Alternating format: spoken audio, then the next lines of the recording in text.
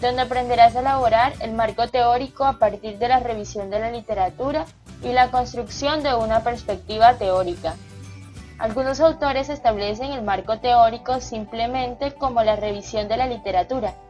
Este es un proceso y un producto, y con el proceso nos referimos al proceso de inmersión en el conocimiento existente y disponible, relacionado con nuestro planteamiento del problema, y un producto que a su vez es parte de un producto mayor, es decir, el reporte de investigación. Luego de haber establecido los objetivos, las preguntas de investigación, así como evaluado la relevancia y factibilidad del estudio, se sustenta teóricamente el estudio.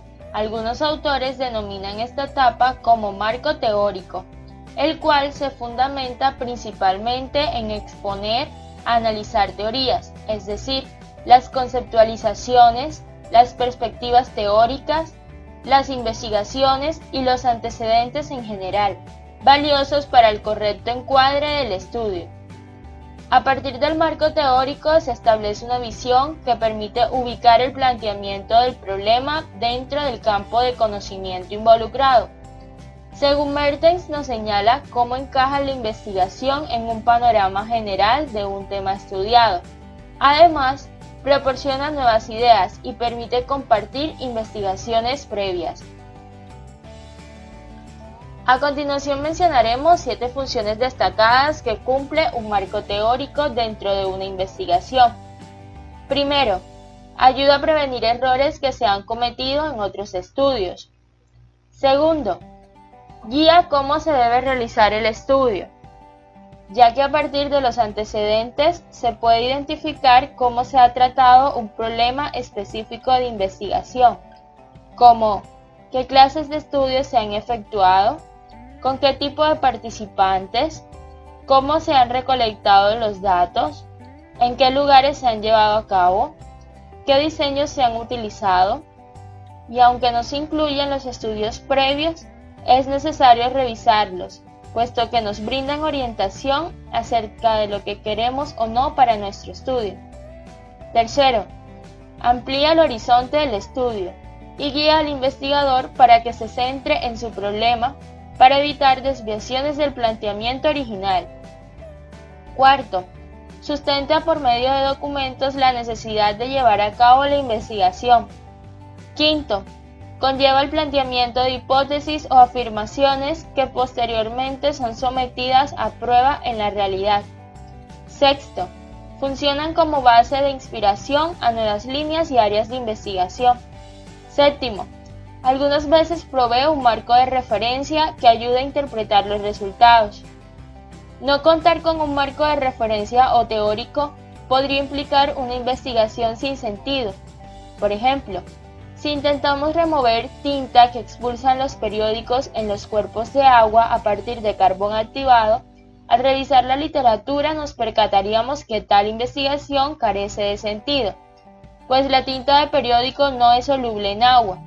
Por tanto, los periódicos no expulsan su tinta y tampoco serían una causa de contaminación directa a los cuerpos de agua.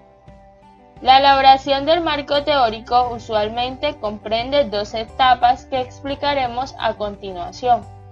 La primera, la revisión de la literatura correspondiente, y la adopción de una teoría o desarrollo de una perspectiva teórica o de referencia. La revisión de la literatura se basa en detectar, consultar y obtener la bibliografía y otros materiales necesarios para los propósitos del estudio, de donde se tiene que extraer y recopilar la información relevante y necesaria, que contribuye a nuestro problema de investigación. Esta revisión se caracteriza por ser selectiva, debido a la cantidad de publicaciones existentes de artículos en revistas, periódicos, libros y otras clases de materiales en las diferentes áreas del conocimiento. Si al revisar la literatura se disponen de miles de referencias, es necesario filtrar y escoger las más importantes y recientes, y lo más importante, que estén directamente relacionadas con nuestro planteamiento del problema de investigación. Generalmente se cuenta con referencias del enfoque cuantitativo y cualitativo, e independientemente del enfoque de nuestra investigación, Se deben revisar todos los estudios que estén estrechamente relacionados con nuestra investigación. A continuación, abarcaremos detalladamente las actividades que generalmente se realizan al revisar la literatura. Lo primero que se hace generalmente es la detección de la literatura y otros documentos. En esta etapa distinguimos tres tipos básicos de fuentes de información para llevar a cabo la revisión de la literatura. Podemos encontrar las fuentes primarias o directas, es decir, son la revisión de la literatura que arroja información de primera mano. Estos son documentos que tienen los resultados de estudios correspondientes. Ejemplos de estas son libros, antologías, artículos de publicaciones periódicas, monografías, tesis y disertaciones, documentos oficiales, reportes de asociaciones, trabajos presentados en conferencias o seminarios, artículos periodísticos, testimonios de expertos, documentales, videocintas en diferentes formatos, foros y páginas en Internet, entre otras. Un tipo muy significativo de fuentes primarias son los artículos científicos. También podemos encontrar las fuentes secundarias, dentro de las cuales encontramos las listas, compilaciones y resúmenes de referencias o fuentes primarias publicadas en un área de conocimiento en particular. En otras palabras, reprocesan información de primera mano, se construyen a partir de las fuentes primarias. Comentan brevemente artículos, libros, tesis, disertaciones y otros documentos, por ejemplo, los conocidos reviews, boletines y memorias de congresos. Las fuentes secundarias pueden incluir los datos de referencia y sus respectivos resúmenes, como lo notamos en el siguiente ejemplo, en Heat Transfer in Nanofluids and Review. Como podemos observar, para referirse a las aplicaciones de los nanofluidos, mencionan varias referencias y sus respectivos resúmenes. También podemos encontrar fuentes secundarias que solo cuenten con las citas o datos. Otra forma de presentarse es organizadas en una tabla, con la información más relevante, sus autores y la posibilidad de acceder vía electrónica al resumen, que generalmente es gratuito, o el artículo o libro completo. Este sí es más probable que tenga algún costo. Por ejemplo, este review muestra algunos estudios de los efectos del biocarbón en las capacidades de absorción de los suelos, y podemos notar que se especifican los datos de interés más relevantes de cada artículo, y presentan la opción de acceder al artículo completo. Usualmente se encuentran en inglés y están organizados por autores, temas, cronológicamente o por área de conocimiento. Esto es subjetivo, de acuerdo a cómo el autor desea ordenarlas. Es importante mencionar que este tipo de fuentes, además de incluir índices y sumarios de libros y revistas, también pueden ser de cintas de videos, películas, grabaciones, ponencias en congresos, seminarios, páginas web, entre otras. También podemos encontrar las fuentes terciarias o generales. Se tratan de documentos donde se encuentran registradas las referencias a otros documentos de características diversas y que comprendían nombres y títulos de revistas y otras publicaciones periódicas, así como nombres de boletines, conferencias, simposios, sitios web, empresas, asociaciones industriales y de diversos servicios.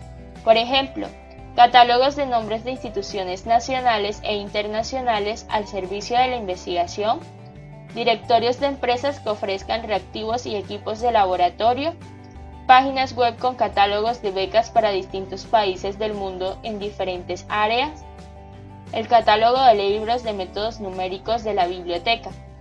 Estas son útiles principalmente para detectar fuentes no documentales, tales como organizaciones que realizan o financian estudios, miembros de asociaciones científicas, instituciones de educación superior, agencias informativas y dependencias del gobierno que afecten nuestras investigaciones. Si en estos momentos aún no te queda claro en qué se diferencian las fuentes primarias, secundarias y terciarias, a continuación te explicaremos la diferencia, y es que una fuente secundaria comprendía fuentes de primera mano y una fuente terciaria reúne fuentes de segunda mano. Una fuente secundaria agrupa referencias directas, por ejemplo, todos estos artículos acerca de la temperatura óptima para formar biocarbón es información de primera mano, que ha sido recolectada para formar un review, es decir, una fuente secundaria. En cambio, una fuente terciaria agrupa fuentes secundarias, por ejemplo, revistas que contienen artículos de revistas del área ambiental que incluyen el aprovechamiento de biomasa como Bioresource Technology. También podemos encontrar a Journal of Environmental Management. Muchas veces a partir de las fuentes terciarias se llegan a fuentes primarias. Sin embargo, es importante ser muy selectivo y utilizar un buen enfoque y guía. De lo contrario, la búsqueda sería exhaustiva y se perdería mucho tiempo o se encontraría información poco útil. La revisión de la literatura parte del acopio de todo el material de fuentes primarias, cuando el investigador está compenetrado en el campo de estudio, es decir, conoce la ubicación de la información más reciente e importante del tema, recopilada en artículos o libros, y cuenta con total acceso a ellas, ya sea por la biblioteca, filmotecas, hemerotecas, bancos de datos y servicios de información.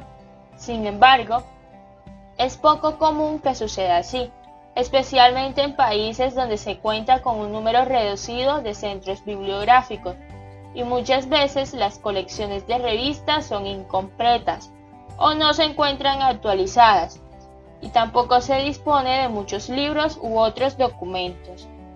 La herramienta de Internet nos brinda gran ayuda. Sin embargo, la búsqueda de fuentes primarias de manera directa en Internet puede llevar mucho tiempo, que si se emplea inicialmente una fuente secundaria.